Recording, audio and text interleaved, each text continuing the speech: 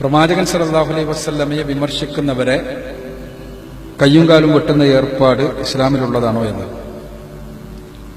ഞാൻ നേരത്തെ എന്റെ പ്രസംഗത്തിൽ സൂചിപ്പിച്ചു. പ്രവാചകൻ സല്ലല്ലാഹു അലൈഹി വസല്ലമ ആദ്യമായി ഇസ്ലാമിക പ്രബോധനത്തിന് വേണ്ടി ആളുകളെ വിളിച്ചുകൂട്ടി. ജനങ്ങൾ മുഴുവനും കൂടി അവരോട് ചോദിച്ചു, പ്രവാചകൻ ഈ കുന്നിന്റെ അപ്പുറത്ത് ഒരു കുതിരപ്പട നിങ്ങളെ ആക്രമിക്കാൻ വേണ്ടി കടന്നു വന്നു എന്ന് പറഞ്ഞാൽ നിങ്ങളത് വിശ്വസിക്കും? അപ്പോൾ അവർ പറഞ്ഞു, തീർച്ചയായും വിശ്വസിക്കും, നീ ഇതുവരെ കളവ് പറഞ്ഞാൽ ഞങ്ങൾ കേട്ടിട്ടില്ല. അപ്പൊ അദ്ദേഹം തന്നിൽ ഏൽപ്പിക്കപ്പെട്ട ദൗത്യത്തെക്കുറിച്ച് പറഞ്ഞു. ആളുകളെല്ലാം അമ്പരന്ന് നിൽക്കുകയാണ്. കാരണം മുഹമ്മദ് പറയുന്നത് നമ്മുടെ പാരമ്പര്യ വിശ്വാസത്തിനെതിരാണ്. പക്ഷേ മുഹമ്മദ് അത് പറയുമ്പോൾ വിശ്വസിക്കാതിരിക്കാൻ കഴിഞ്ഞില്ല. കാരണം മുഹമ്മദ് ഇതുവരെ കളവൊന്നും പറഞ്ഞിട്ടില്ല. ഈ സന്ദർഭത്തിൽ ആദ്യമായി പ്രവാചകൻ സല്ലല്ലാഹു അലൈഹി വസല്ലമക്കെതിരെയുള്ള നിന്ദയുടെ വാക്ക് പറഞ്ഞത് പ്രവാചകന്റെ ഒരു പിതൃവ്യൻ തന്നെയാണ്. തന്റെ മൂത്താപ്പ അബൂലഹബ് പറഞ്ഞു, തബ്ബല്ലക്, നിനക്ക് നീ നശിച്ചു പോകട്ടെ മോനെ. ഇതിനായിരുന്നു അലിഹാദ ജമാഅത്തന, നീ ഇതിനാണോ ഞങ്ങളെ ഇവിടെ വിളിച്ചു കൂട്ടിയത്? അതോടുകൂടി എതിർപ്പിന്റെ തുടക്കമാണ്, വിരോധത്തിന്റെ തുടക്കമാണ്. യഥാർത്ഥത്തിൽ പ്രവാചകൻ സല്ലല്ലാഹു അലൈഹി വസല്ലമക്കെതിരെയുള്ള നിന്ദയുടെ ഉദ്ഘാടനം നിർവഹിച്ചത് അബൂലഹബാണ്. ആ അബൂലഹബിന് മറുപടി പറഞ്ഞത് ഏഴാനാകാശത്തിൽ നിന്ന് സർവ്വലോക രക്ഷിതാവായ തമ്പുരാനാണ്. തബ്ബത് യദാ അബീ ലഹബിൻ വത്തബ് എന്ന് പറഞ്ഞു. അബൂലഹബിന്റെ കൈകൾ നശിച്ചിരിക്കുന്നു, അവൻ നശിക്കട്ടെ, അവൻ നശിക്കുക തന്നെ ചെയ്തു.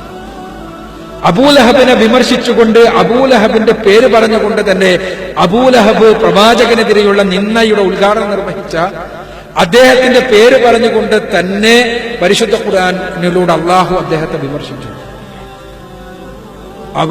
ഇതിനുശേഷം ഈ ഖുർആനിലെ വചനങ്ങൾ സ്വഹാബിമാർ പ്രവാചകൻ സല്ലല്ലാഹു അലൈഹി വസല്ലമയിൽ വിശ്വസിച്ച ആളുകൾ ആവർത്തിച്ചുകൊണ്ടേയിരിക്കുന്നു ഇന്ന് വരെ. പ്രവാചകന് അതിനുശേഷം ഒരുപാട് ശിഷ്യന്മാരുണ്ടായി. ഉമറിനെ പോലെയുള്ള ധൈര്യശാലികളായ ആളുകൾ, ഹംസയെ പോലെയുള്ള വളരെ ശക്തരായ പോരാളികൾ എല്ലാം പ്രവാചകന്റെ ശിഷ്യന്മാരായി ഉണ്ടായി. അവർ ഓതിക്കൊണ്ടിരുന്നു, തബ്ബത് യദാ അബീ ലഹബിൻ വത്തബ്, അബൂലഹബിന് ശാപം. അതാണ് കാരണം അബൂലഹബ് പ്രവാചകൻ നിന്നക്ക് ഉദ്ഘാടനം നിർവഹിച്ചു. പക്ഷേ അവരാരും അബൂലഹബിനെതിരെ ഈ നിന്ദയുടെ പേരിൽ ഒരു ആക്രമണം നടത്തിയില്ല. അബൂലഹബിനെ നശിപ്പിക്കാൻ വേണ്ടി അവരാരും ആയുധവുമായി ചെന്നില്ല. അബൂലഹബിനെ തകർക്കാൻ അവരാരും ശ്രമിച്ചില്ല. നമ്മൾ അറിയണം, പ്രവാചകൻ സല്ലല്ലാഹു അലൈഹി വസല്ലമ പ്രബോധന കൃത്യവുമായി മക്കയിലെ ഉക്കാള ചന്തയിൽ ചെല്ലും. ഉക്കാള ചന്ത എന്ന് പറഞ്ഞാൽ അന്നത്തെ മക്കയിലെ വലിയ ചന്തയാണ്, വലിയ വർത്തനങ്ങൾ നടക്കുന്ന ചന്ത. ആ ചന്തയിൽ ചെന്നിട്ട് പ്രവാചകൻ ഒരു സൈഡിൽ നിന്നിട്ട് പരിശുദ്ധ ഖുർആനിലെ വചനങ്ങൾ ഉദ്ധരിച്ചുകൊണ്ട് ആളുകളെ സത്യമതത്തിലേക്ക് ക്ഷണിക്കും. അപ്പോ മക്കയിൽ ഒരാളുണ്ട്, സുഹൈൽ ഇബ്നു അംർ എന്നാണ് പേര്. നല്ല വൈഭവമുള്ളയാളാണ്, നന്നായി സംസാരിക്കും, നല്ല പ്രഭാഷണ ചാതുരിയുള്ളയാളാ. അദ്ദേഹം അടുത്ത് നിന്നിട്ട് പ്രവാചകനെ കുറ്റം പറഞ്ഞുകൊണ്ടുള്ള പ്രസംഗം നടത്തും, ഖുർആനെ വിമർശിച്ചുകൊണ്ടുള്ള പ്രസംഗം നടത്തും. അങ്ങനെ ആളുകൾ അതിലേക്ക് ശ്രദ്ധിക്കും, ഖുർആനിലേക്ക് ശ്രദ്ധിക്കാതെ. പ്രവാചകൻ നിന്ദ നീണ്ട 10 വർഷക്കാലം, അതിനുശേഷം 13 വർഷക്കാലം. അതിനുശേഷം റസൂലുള്ളാഹി സ്വല്ലല്ലാഹു അലൈഹി വസല്ലം മദീനയിലേക്ക് ഹിജറ പോയി. ഹിജറ കഴിഞ്ഞതിന് ശേഷവും മക്കയിൽ നിന്ന് വീണ്ടും ഇദ്ദേഹത്തിന്റെ ഈ നിന്ന പരിപാടികൾ തുടർന്നു. അങ്ങനെയിരിക്കെ മദീനയും മക്കയും തമ്മിൽ യുദ്ധം നടന്നു.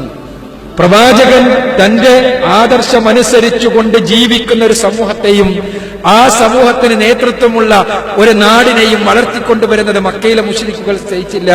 ആ നാടിനെ നശിപ്പിക്കുവാൻ വേണ്ടി യുദ്ധത്തിന് വന്നു. അവരുമായി യുദ്ധം ചെയ്യേണ്ടി വന്നു. ഒന്നാമത്തെ യുദ്ധം ബദർ യുദ്ധം. ബദർ യുദ്ധത്തിൽ ഒരുപാട് മക്കയിലെ ഖുറൈശികൾ 1000-ലധികം ആളുകൾ സായുധ സജ്ജരായി വന്നു. മുസ്ലിങ്ങൾ 313 പേർ. കാര്യമാത്രം പ്രസക്തമായ ആയുധങ്ങളൊന്നുമില്ല, കാരണം അവർ യുദ്ധത്തിന് ഒരുങ്ങിയിരുന്നില്ല. പക്ഷേ യുദ്ധം നടന്നു. യുദ്ധത്തിൽ അത്ഭുതകരമായി മുസ്ലിങ്ങൾ ജയിച്ചു.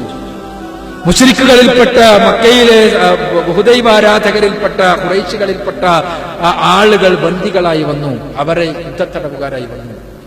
യുദ്ധത്തടവുകാരെ എന്തു ചെയ്യണമെന്ന ചർച്ചയുണ്ടായി. കൊല്ലണമെന്ന അഭിപ്രായമുണ്ടായി വിശ്വാസികൾക്കിടയിൽ, വെറുതെ വിടണമെന്ന അഭിപ്രായമുണ്ടായി മറ്റു ചിലർക്കിടയിൽ, അവർക്ക് മോചന മൂല്യം വാങ്ങി വെറുതെ വിടണമെന്ന അഭിപ്രായമുണ്ടായി, പലതും ഉണ്ടായി.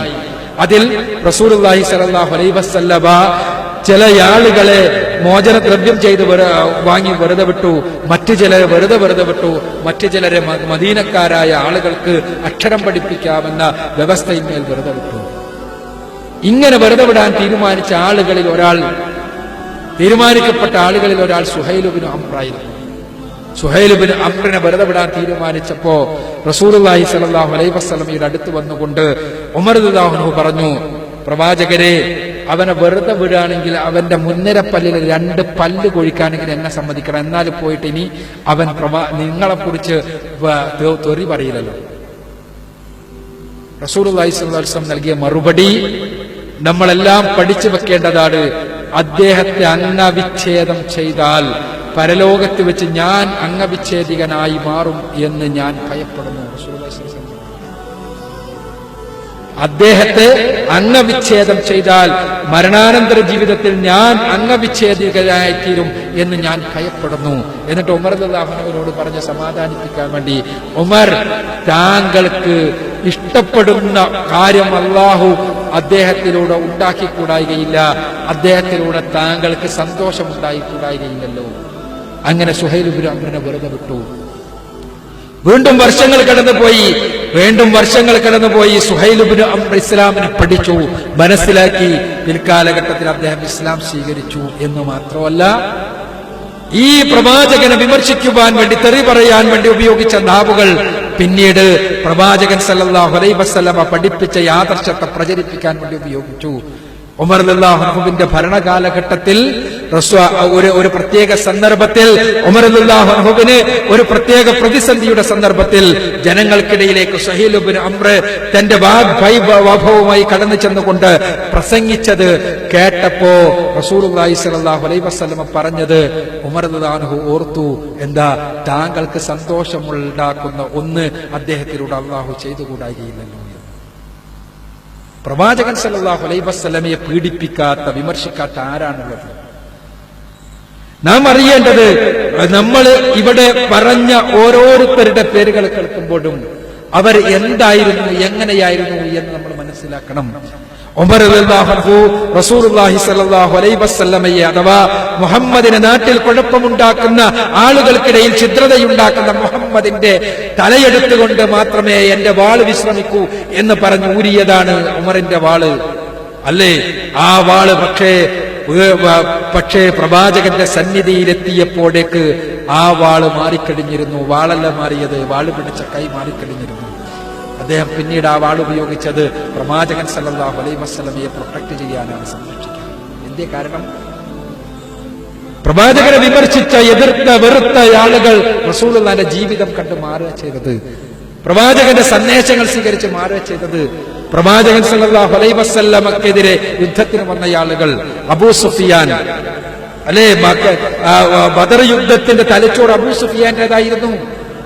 അബൂ സുഫിയാന്റെ പേര് കേൾക്കുമ്പോൾ മുസ്ലിങ്ങളെ നമ്മൾ റളിയല്ലാഹു അൻഹു എന്ന് ചൊല്ലണം. ബദർ യുദ്ധത്തിൽ പ്രവാചകൻ സല്ലല്ലാഹു അലൈഹി വസല്ലമക്കെതിരെ യുദ്ധം നടത്തുവാൻ വേണ്ടി തലച്ചോറ് ഉപയോഗിച്ച് അബൂ സുഫിയാന്റെ പേര് കേൾക്കുമ്പോൾ അദ്ദേഹത്തിന് മേൽ അള്ളാഹുവിന്റെ സംതൃപ്തി ഉണ്ടാകട്ടെ എന്ന് നമ്മൾ പ്രാർത്ഥിക്കണം. എന്തേ കാരണം? ആ അബൂ സുഫിയാൻ പ്രവാചകനെ പഠിച്ചു, ഇസ്ലാമിനെ പഠിച്ചു, പിൽക്കാലഘട്ടത്തിൽ മുസ്ലിമായി. ഉഹദ് യുദ്ധം ഇസ്ലാമിക ചരിത്രത്തിലെ സങ്കടകരമായ യുദ്ധമാണ്. ആ യുദ്ധത്തിൽ മുസ്ലിങ്ങൾ തോറ്റു, മുസ്ലിങ്ങൾക്ക് പ്രയാസമുണ്ടായി. ആദ്യം മുസ്ലിങ്ങൾ ജയിച്ചെങ്കിലും ഖാലിദ് ഇബ്നു വലീദ് എന്ന് പറയുന്ന ആളുടെ, അത് ഖുറൈശിയുടെ മുശ്രിക്കിന്റെ തന്ത്രം വിജയിച്ചു. ഖാലിദ് ഇബ്നു വലീദിന്റെ തന്ത്രം യുദ്ധത്തിൽ പിന്തിരിഞ്ഞു പോയതിനു ശേഷം തിരിച്ചു വരിക എന്ന തന്ത്രമായിരുന്നു. ആ തന്ത്രം വിജയിച്ചു. മുസ്ലിങ്ങൾ ചിന്നിച്ചിതറി, മുസ്ലിങ്ങൾക്ക് പ്രയാസങ്ങൾ ഉണ്ടായി. പ്രവാചകനടക്കം കുടിയിൽ വീണു, കാല് പൊട്ടി, പ്രവാചകന്റെ ചുണ്ട് പൊട്ടി, പ്രവാചകൻ സല്ലല്ലാഹു അലൈഹി വസല്ലമയുടെ പല്ലുകൾ പൊട്ടി, പ്രവാചകന്റെ കാലിലൂടെ ചോര വാർന്നൊടുക്കി. ഇതെല്ലാം സംഭവിച്ച ഉഹദ് യുദ്ധത്തിന് കാരണം തലച്ചോറ് ഖാലിദ് ഇബ്നു വലീദിന്റേതാണ്. പക്ഷേ ഖാലിദ് ഇബ്നു വലീദിന്റെ പേര് കേൾക്കുമ്പോൾ മുസ്ലിങ്ങളെ നമ്മൾ റളിയല്ലാഹു അൻഹു എന്ന് ചൊല്ലണം. അദ്ദേഹത്തിൽ അള്ളാഹുവിന്റെ തൃപ്തി ഉണ്ടാകട്ടെ എന്നാണ് അർത്ഥം. എന്താ കാരണം? ഇത് ചെയ്ത ഖാലിദ് ഇബ്നു വലീദ് ഇസ്ലാമിനെ പഠിച്ചു, പ്രവാചകനെ പഠിച്ചു, പരിശുദ്ധ ഖുർആൻ മനസ്സിലാക്കി, പിൽക്കാലഘട്ടത്തിൽ മുസ്ലിമായി, പ്രവാചകന്റെ ശിഷ്യനായി. അങ്ങനെയല്ലേ ഇസ്ലാം വളർന്നത്? പ്രവാചകനെ വിമർശിച്ചവരും നിന്ദിച്ചവരും എതിർത്തവരും വെറുത്തവരും അവർ ഇസ്ലാമിനെ അറിയാത്തത് കൊണ്ട്, പ്രവാചകനെ അറിയാത്തത് കൊണ്ട്, ഖുർആൻ അറിയാത്തത് കൊണ്ട് അവർ വിമർശിച്ചു, വെറുത്തു, നിന്ദിച്ചു.